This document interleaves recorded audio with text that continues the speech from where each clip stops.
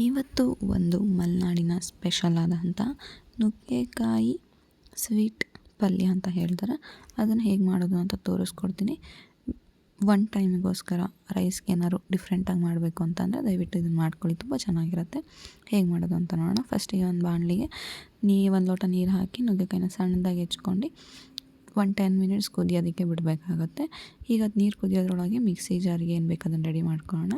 ಫಸ್ಟಿಗೆ ಒಂದು ಪ್ಯಾನ್ನ ಬಿಸಿ ಇಟ್ಕೊಂಡಿದ್ದೀನಿ. ಪ್ಯಾನ್ ಬಿಸಿ ಆದಮೇಲೆ 2 ಸ್ಪೂನ್ ಕೊತ್ತಂಬರಿ ಬೀಜ, 1 ಸ್ಪೂನ್ ಜೀರಿಗೆ, 1/4 ಟೇಬಲ್ ಸ್ಪೂನ್ ಮೆಂತ್ಯ ಫ್ಲೇವರ್ಗೋಸ್ಕರ ಅಷ್ಟೇ, ಒಂದು 7ರಿಂದ 8 ಎಸಳು ಬೆಳ್ಳುಳ್ಳಿ, ಒಂದು 10ರಿಂದ 12 ಎಸಳು ಕರಿಬೇವಿನ ಸೊಪ್ಪು ಅನ್ಬೋದು. ಹುಣಸೆ ಹಣ್ಣು ಹಾಕು.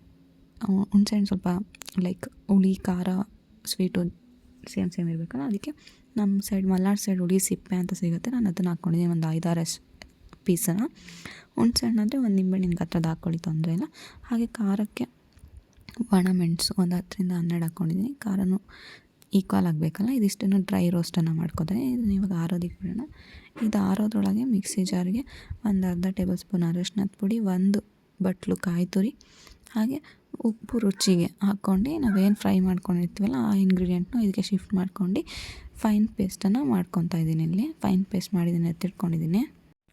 ಫೈನ್ ಪೇಸ್ಟ್ ಮಾಡಿದ್ದನ್ನು ಎತ್ತಿಟ್ಕೊಂಡಿದ್ದಾದಮೇಲೆ ಇವಾಗ ನುಗ್ಗೆಕಾಯಿ ಆಲ್ರೆಡಿ ಕುದೀತಾ ಇರುತ್ತೆ. ಈಗ ಕುದೀತಾ ಇರೋದಕ್ಕೆ ಬೆಲ್ಲ, ನಾವಿಲ್ಲಿ ಜೋನಿ ಬೆಲ್ಲ ನಮ್ಮ ಮಲೆನಾಡು ಸೈಡ್ ಸಿಗುತ್ತೆ. ಆ ಒಂದು ಜೋನಿ ಬೆಲ್ಲನ ಒಂದು 3ರಿಂದ 4 ಟೇಬಲ್ ಸ್ಪೂನ್ ಹಾಕ್ಕೋತಾ ಇದ್ದೀನಿ.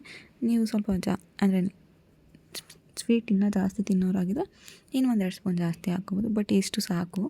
ಇದು ಏನಕ್ಕೆ ಇವಾಗಲೇ ಹಾಕ್ಕೊಳ್ಳೋದು ಅಂದರೆ ನೀರಿಗೆ ಏನಕ್ಕೆ ಹಾಕ್ಕೊಳ್ಳೋದು ಉಪ್ಪೆಲ್ಲ ಹಾಕ್ಕೊಳ್ದೆ ಅಂದರೆ ನುಗ್ಗೆಕಾಯಿ ಆ ಒಂದು ಸ್ವೀಟ್ನೆಸ್ನ ಇಟ್ಕೊಳ್ಳುತ್ತೆ ಅನ್ನೋ ಕಾರಣಕ್ಕೆ.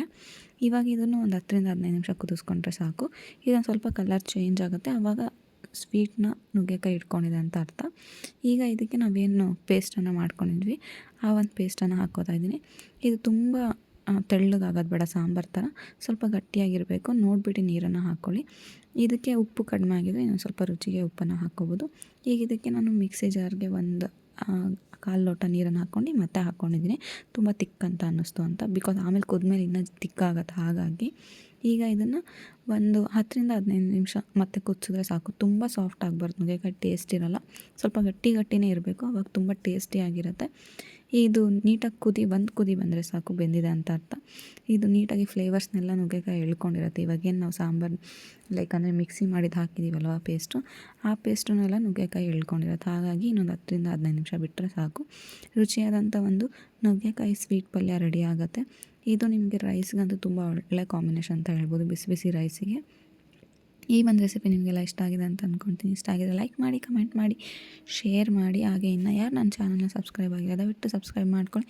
ಇದೇ ಥರ ಒಳ್ಳೆ ರೆಸಿಪಿನ ಶೇರ್ ಮಾಡ್ತೀನಿ.